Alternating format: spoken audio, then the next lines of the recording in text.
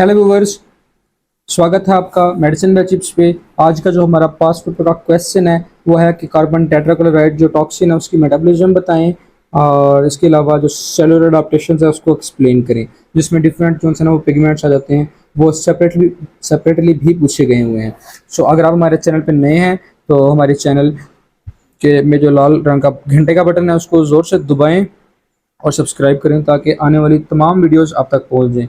देखें, आप जो उनसे है ना वो अंकल चिप्स को ज़्यादा सपोर्ट नहीं करते, तो अंकल चिप्स जो उनसे है ना वो आज बाईसाइकिल पे बैठ के घर जा रहे हैं अपने और वीकेंड इंजॉय करने, क्योंकि आप लोग तो जो उनसे है ना वो सपोर्ट करते नहीं हो। अंकल चिप्स आपके लिए इतनी एफर्ट्स करते हैं, सो वो नाराज़ भी हैं आपसे। ठीक है, सो ऐसा ना किया करें, be a good student. So let's start. First of all आ जाता है हमारे पास कार्बन टेट्राक्लोराइड। अब जो कार्बन टेट्राक्लोराइड होता है ना, उसकी मेटाबॉलिज्म पास्ट पेपर में आई थिंक एक दफ़ा आई हुई है, सो आपको पता होना चाहिए। अब बेसिकली पता क्या होता है, कार्बन टेट्राक्लोराइड जो है ना वो स्मूथ एंडोप्लाज्मिक रेटिकुलम के अंदर ना in the presence of cytochrome 450 क्या हो जाता है, वो कन्वर्ट हो जाता है फ्री रेडिकल के अंदर। ठीक है, इस फ्री रेडिकल के अंदर अब क्या होना है कि इसने आगे जाके बेसिकली 4 डिफरेंट टास्क करने हैं। अब ये माइटोकॉन्ड्रिया में जाएगा और माइटोकॉन्ड्रिया को डिस्टर्ब करेगा, और उसमें जो माइटोकॉन्ड्रिया के अंदर एटीपी की सिंथेसिस हो रही होती है ना, वो जो डिफरेंट प्रोसेसेस चल रहे होते हैं, उससे जो एटीपी की सिंथेसिस होती है ना उसको डिस्टर्ब कर देता है और एटीपी की सिंथेसिस कम हो जाती है। एक पॉइंट। दूसरा पॉइंट क्या होता है कि ये जो होती है ना एंडोप्लाज्मिक रेटिकुलम की जो मेम्ब्रेन होती है उसको जाके ना डैमेज कर देता है। ठीक है, अब वो जो एंडोप्लाज्मिक रेटिकुलम की मेम्ब्रेन को डैमेज करेगा तो जिसकी वजह से एंजाइम्स की जो सेंसेस है वो कम हो जाएगी, प्लाज्मा प्रोटीन्स वो कम हो जाएंगी। तो ये बेसिकली पहले आधे घंटे के अंदर होता है, 30 मिनट्स के अंदर। ठीक है, सबसे पहले इसने माइटोकॉन्ड्रिया को छेड़ना है, एटीपी के सेंसेस कम। फिर इसने एंडोप्लाज्मिक रेटिकुलम की जो दीवार है, जो घर है, उसको तोड़ेगा और आधा घंटा लगेगा इसको, जिसकी वजह से एंजाइम्स और प्लाज्मा प्रोटीन्स की सेंसेस कम हो जाएगी। तीसरा काम होता है कि जो स्मूथ एंडोप्लाज्मिक रेटिकुलम होती है ना उसकी स्वेलिंग हो जाती है। वो कैसे होती है, देखिए राइबोसोम्स की जो अटैचमेंट होती है ना रफ एंडोप्लाज्मिक रेटिकुलम, वो डिटैच करवाएगा और इस तरह से जो होगा ना उसकी स्वेलिंग हो जाएगी स्मूथ की। सो ये नेक्स्ट 2 आवर्स के अंदर होता है। ठीक हो गया, ये तीसरा काम था। चौथा था कि जो एपोप्टोटिक प्रोटीन्स होती है ना उनकी सेंसेस कम हो जाती है। जब एपोप्टोटिक प्रोटीन्स, सॉरी एपोप्टोटिक नहीं, एपोप्रोटीन्स, एपोप्रोटीन्स जो उनसे होती है ना उनकी सेंसेस कम हो जाती है। अब एपोप्रोटीन्स की सेंसेस कम होगी ना, जिसकी वजह से क्या होगा, अब एपोप्रोटीन्स पता है किस में इन्वॉल्व होती हैं, प्रोटीन ए बी सी जिस तरह की होती हैं, वो टैग्स को जो सा होता है ना उसको उसकी मूवमेंट में इन्वॉल्व होती हैं और उसको मेटाबोलाइज करवाती हैं। अब क्या होगा, जब वो प्रोटीन्स कम हो गए तो टैग्स की मेटाबॉलिज्म नहीं होगी, तो टैग्स की जो कंसंट्रेशन है ना वो बढ़ना शुरू हो जाएगी और लीवर जो होगा ना वो फैटी हो जाएगा। ठीक है, लीवर के अंदर जो फैट बहुत ज़्यादा एक्यूमुलेशन हो जाएगी, जिससे फैटी लीवर हो जाता है।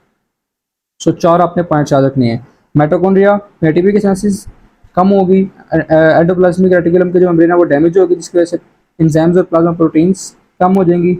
30 मिनट्स के अंदर, 2 आवर्स के अंदर क्या होगा, राइबोसोम्स डिटैच होते हैं, जिसकी वजह से हमारे पास एंडोप्लाज्मिक रेटिकुलम है वो स्वेल हो जाते हैं। फिर एपोप्रोटीन्स की सेंसेस कम होती है, जिसकी वजह से फैटी लीवर हो जाता है।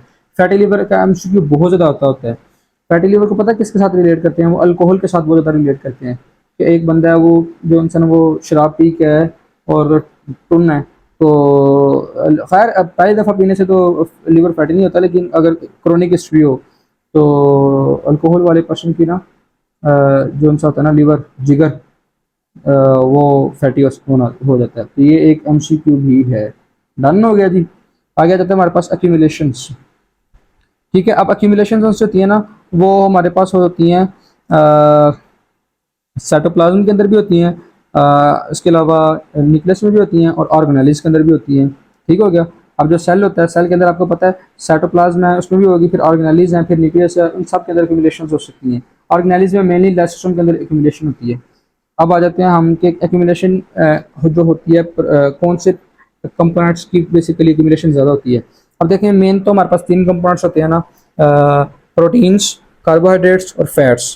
तो मेन तो इन इन 3 कंपोनेंट्स की एक्यूमुलेशन होती है।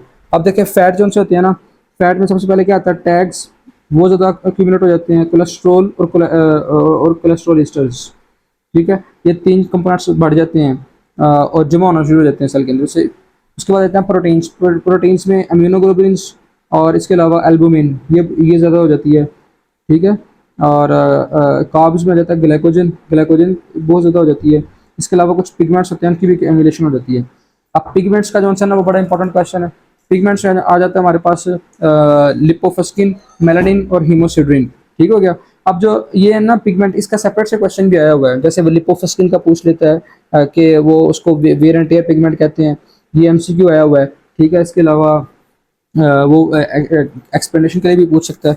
सो पिगमेंट्स को आपने सेपरेटली भी याद करना है। अब एक लिपोफस्किन होता है जिसको हम वेयर एंड टियर पिगमेंट कहते हैं, इसको आपने याद रखना है कि बेसिकली इसकी एक्यूमुलेशन किन किन एरियाज में होती है।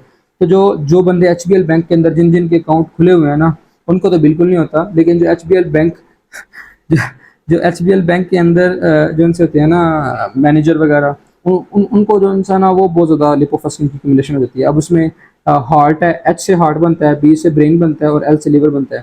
ठीक है। अब बेसिकली ये जो होती है लिपोफस्किन की एक्यूमुलेशन, वो बेसिकली क्यों होती है? वो ये होती है कि पॉली अनसैचुरेटेड फैटी एसिड्स जो होते हैं ना, उनकी परऑक्सीडेशन हो जाती है। अब वो उनकी परऑक्सीडेशन होगी और उसके बाद फिर प्रोटीन्स और लिपोप्रोटीन्स उनसे होते हैं ना, उसके कॉम्प्लेक्सेस बन जाते हैं। तो वो फिर एक्यूमुलेट होना शुरू हो जाते हैं, जिसे लिपोफस्किन कहते हैं। डन हो गया। ब्राउन एट्रोफीज की एग्जांपल भी है, तो ये एमसीक्यू में पूछा जा सकता है।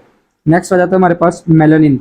अब जो लिपोफस्किन होता है ना, वो ब्राउन येलो उसका कलर होता है। अब जो मेलानिन होता है ना, उसका बीबी बीबी क्रीम लगाते हैं ना, तो इसको इस तरह से याद रखना है कि मेलानिन में आता है ब्राउन ब्लैक कलर हो जाता है उसका। अब बेसिकली मेलानिन आपको पता है मेलानोसाइट्स हमारे स्किन के अंदर होते हैं, तो मेलानिन भी बेसिकली स्किन के अंदर जो उनसा होता है ना, वो पिगमेंट होता है और जो हमें प्रोटेक्ट करता है अल्ट्रावायलेट रेडिएशन से। सो अगर मेलानिन की एक्यूमुलेशन बहुत ज़्यादा हो जाए तो जो उनसे ना वो स्किन की कलरेशन ख़राब हो जाती है। तीसरा आता है हमारे पास हीमोसिड्रिन। हीमोसिड्रिन का गोल्डन येलो कलर होता है। अब बेसिकली हीमोसिड्रिन क्या होता है?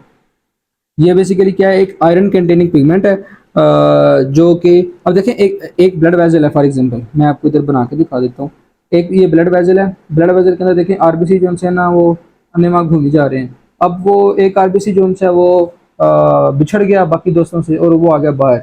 अब जब वो बाकी आरबीसी से दूर होकर बाहर आ गया ना, तो उसकी उसकी फिर डिसइंटीग्रेशन स्टार्ट हो जानी है। अब उससे उसकी डिसइंटीग्रेशन से फिर एक पिगमेंट बनता है आयरन कंटेनिंग पिगमेंट, उसे कहते हैं हीमोसिड्रिन। डन हो गया। अब बहुत ज़्यादा अगर एक्यूमुलेट हो जाता है तो वो हमारे लिए प्रॉब्लमेटिक भी है। तो इसके लिए हम एक स्टेन यूज़ करते हैं, Prussian blue stand. This is the MCQ के जो हीमोसिड्रिन है उसके लिए कौन सा स्टेन यूज़ किया जाता है? तो हीमोसिड्रिन के लिए प्रूशियन ब्लू स्टेन यूज़ किया जाता है। ठीक है। सो ये आपको पता होना चाहिए था। That was all about this. If you have any queries, you can ask in the comment section. Thank you for watching. Bye bye.